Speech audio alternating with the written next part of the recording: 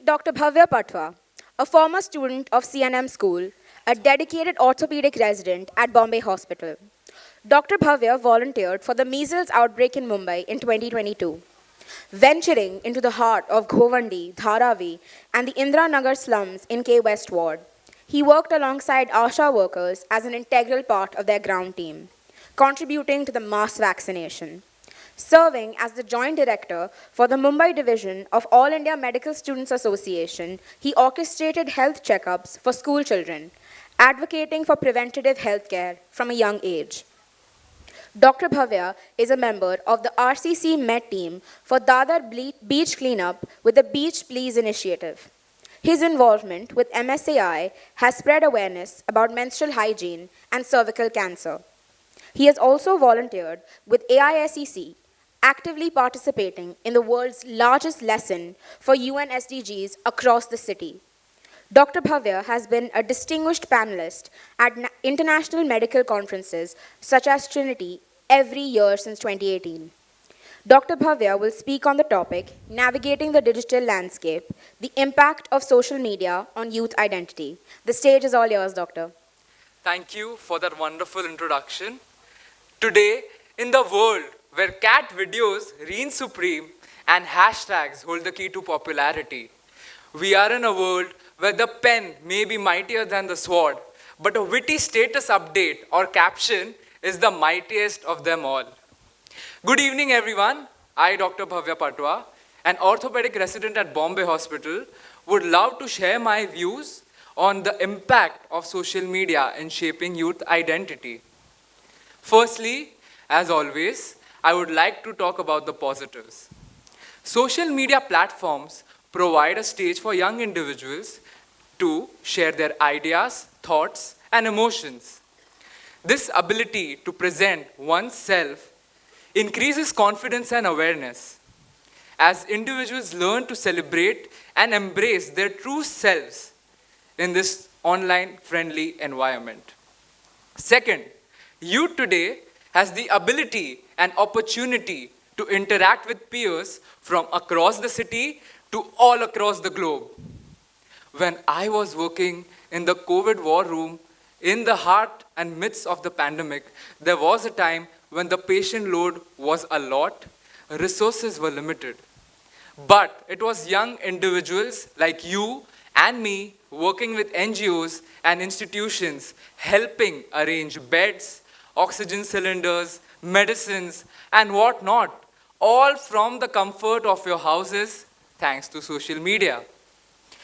Online communities offer a sense of belonging and fosters a supportive network. I have seen adolescent kids on the spectrum who are active on social media do much better than those who are not. This is simply because they find communicating on social media easier than real-world communication, which they are naturally not that good at. Same thing holds true for youth with addiction problems. The positive reinforcement and encouragement received through social media interactions helps to develop self-esteem, mental resilience, and self-consciousness. We as youth have the ability to access tutorials, webinars like this TEDx talk online, and education, helping in our intellectual growth and skill acquisition. Education now has been completely shouldered by social media and technology, especially post the pandemic. Although worrisome rise of young Google doctors is seen by me, I'm just happy to see the amount of knowledge that you all have on the palm of your hands. Social media also acts as a powerful tool for amplifying diverse voices and promoting inclusivity. Just for once today when you go home, try to discuss one topic with a person having opposing views. Be it as trivial as who is better, Messi or Ronaldo, Virat or Sharma, whatever. Just try it. This will not only help you to broaden your mindset, but also make you calmer and help you to make informed decisions and judgments later on in life. I too have had many such encounters, especially during the measles vaccination era, where I had to encounter anti-vaxxers. I listened to them. I tried to understand their side of the story. Then I could put my points across better and finally convince them to vaccinate their kids. But as we all know, all that glitter is not gold.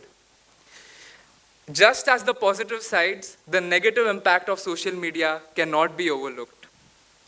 One of the most important problem and impact of social media is the distortion of self-image. जो दिखता है, वो बिकता है. What is seen is sold. Unfortunately, that has become the goal statement for everyone our age. The culture of posting meticulously curated content online has led to an increase in the unrealistic beauty demands and lifestyle expectations. And constant exposure to this develops a sense of inadequacy and lowers our self-esteem. This also leads to body dissatisfaction, unhealthy diet habits, and at extreme cases leads to bulimia and anorexia. I have many plastic surgeons and dermatologist friends who tell me that young patients aged 18 to 24 constantly want to go under the knife or try skincare practices and still feel unsatisfied after going through this all. This signifies the rise of the body dysmorphic disorder. Not just beauty, physical health also takes a toll. Excessive usage can lead to eye strain and digital eye. But I'm surprised many of us are so happy to get prescribed with glasses. We want to try new frames, new lens colors, and whatnot. While on the other hand, there are others too. Oh, doc, I want to get rid of these glasses. Just help me with the LASIK surgery, please. It's a funny world out there. The bad posture and constant hunching over while using your online devices has caused a lot of neck and spine problems. Good for me as an orthopedician, but not otherwise.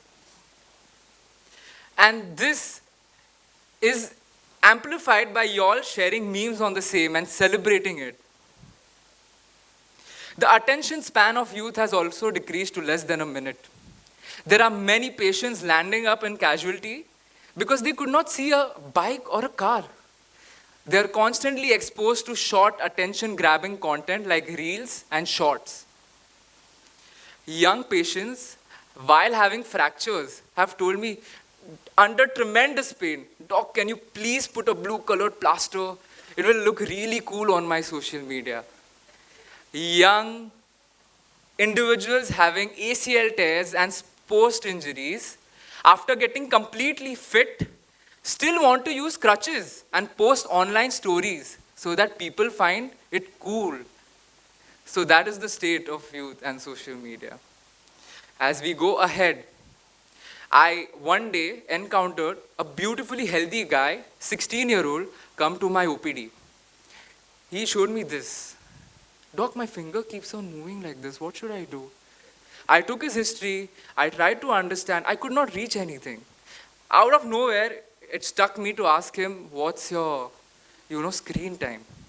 He said, doc, nothing. Just have a look. It was 20 hours. 20 out of 24 hours. What we saw was a trigger thumb. What he had was a phone bump. These are true, legitimate medical terms coming up. We take it as a joke, but it is not a joke. With the rise of social media, there is also an increase in the rise of cyberbullying. Individuals who are scared try to avoid social media for the same reason. There is an increase in anxiety and depression. In fact, there was a study which I read last night. There's a 70% increase in the rise of anxiety, depression, and body dysmorphic disorder. Social media also amplifies the FOMO phenomenon, fear of missing out, where we constantly compare ourselves to our friends. And there is a development of some sort of isolation, jealousy, and of late, aggression. A road traffic survey from 2022 shows how young drivers these days are more into road rage as compared to what it was 5 years ago. Similarly, social media also exerts immense pressure on all of us to conform to popular demand and opinion just to stay relevant. I have many friends who used to dislike Taylor Swift, but now are full-blown Swifties. I have young football enthusiasts who love Sir Alex Ferguson, but have not even watched one Manchester United match. This is the sad state of our youth. So, how do we navigate through all of this? Empowering the youth with digital literacy is most important. Learn to value authenticity over perfection. Setting and maintaining healthy boundaries is a must in this digital age. So how do we do that? Number one, know why you are on social media at that current moment. Second, know when to disconnect. Third, see how to disconnect. Learn to differentiate the truth from the false, and learn when you're trapped in the algorithmic echo chambers, as my previous speaker rightly mentioned. All in all, my friends, what we see on social media is what people want us to see. It's not their hardship, it's their highlights. It's their achievements and not their struggles. My friends, use social media to express. Don't use it to impress. Thank you. You all have been patient listeners, especially after the break session. It was lovely to talking to you all. Thank you so much.